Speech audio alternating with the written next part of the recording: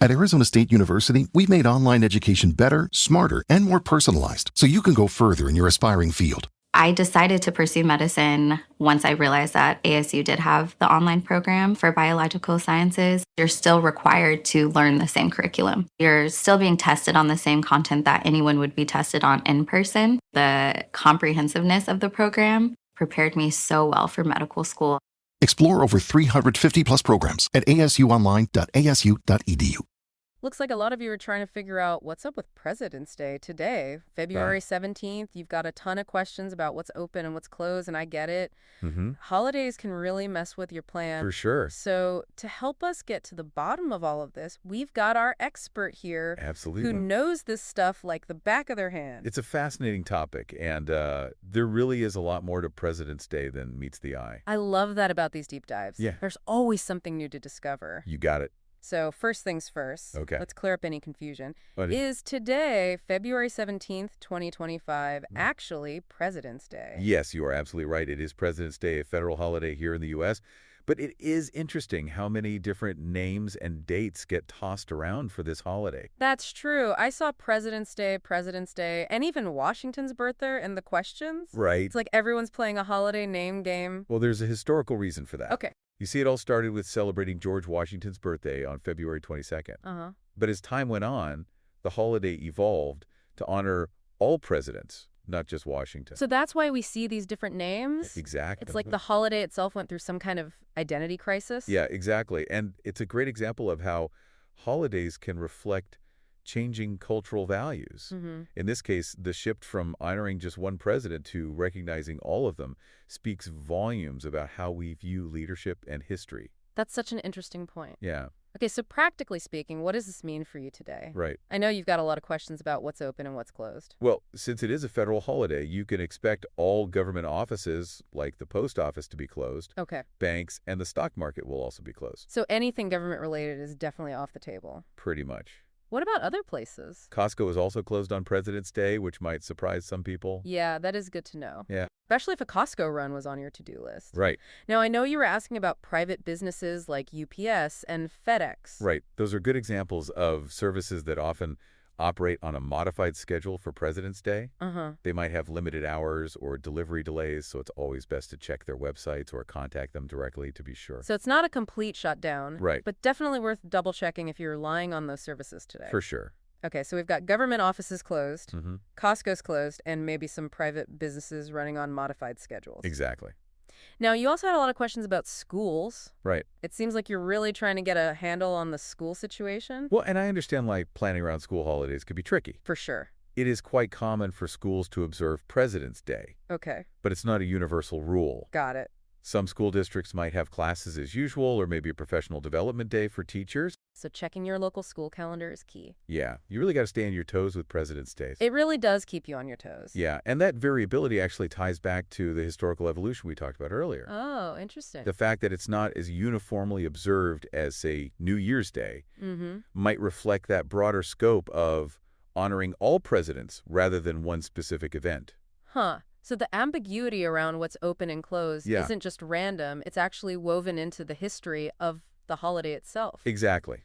That's fascinating. It really makes you think, doesn't it? It does. Why is it that way? What does it say about how we as a country choose to commemorate our leaders? Okay, now you're really making me think. I'm Yeah. definitely curious to hear more about this. Well, before we get into the why, let's talk about something else you were curious about. Okay. You asked if President's Day is always on February 17th. And the answer is not quite. It gets a little tricky. Okay. Originally, President's Day was celebrated on February 22nd, George Washington's actual birthday. Right. But in 1968, the Uniform Monday Holiday Act came into play. Ah, that rings a bell. Yeah. Didn't that act shift a bunch of holidays to Mondays? To Exactly. give people longer weekends? Exactly. The idea was to create longer weekends for federal workers, boosting leisure and travel. Okay. So now President's Day is observed on the third Monday of February, which happens to be February 17th this year. So it's not always tied to Washington's actual birthday, but it does keep the celebration within the same month. Right. And this is where it gets even more interesting. Okay. While federally it's President's Day, some states still officially call it Washington's birthday on their calendars. Really? Yeah. That's kind of cool, holding on to that direct connection to the first president. Yeah. It just shows how different states interpret and celebrate the same holiday. It really does. And it speaks to another point of curiosity you had. Okay.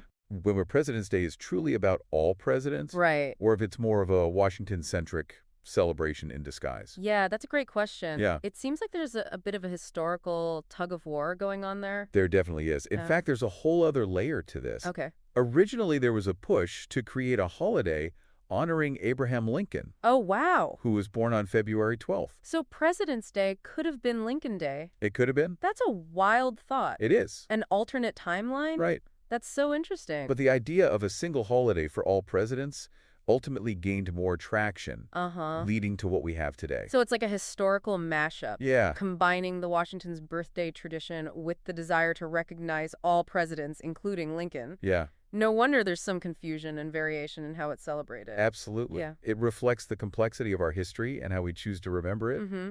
Now, you had some really insightful questions about the meaning of President's Day, Yes. beyond just the dates and open-close stuff. Yeah, knowing whether I can go to Costco is one thing, Right. but understanding the deeper significance of the holiday is another. Exactly. So let's shift gears and delve into that. Okay. Why do we celebrate President's Day? Yeah, that's the million-dollar question. It is. What's the bigger picture here?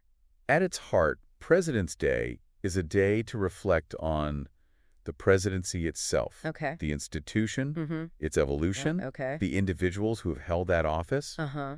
and their impact on our nation. So it's not just about individual presidents. Yeah. It's about the office as a whole and Yeah. its place in our history and democracy. Precisely. It's a chance to contemplate the legacy of American leadership, Mm-hmm. both the triumphs and the challenges. That makes sense. And it goes beyond just celebrating specific presidents. Yeah. It's about grappling with the complexities of leadership Yeah. and the impact it has on all of us. Exactly.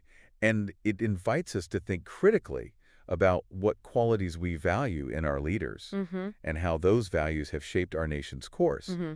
You had some very specific questions about this, Yes. about how we reconcile celebrating all presidents, Yeah. even those who might be considered controversial, Right. or whose actions we might not fully agree with today. Yeah, that's something I've always wondered about. Yeah. Is it about honoring the person or the office they held?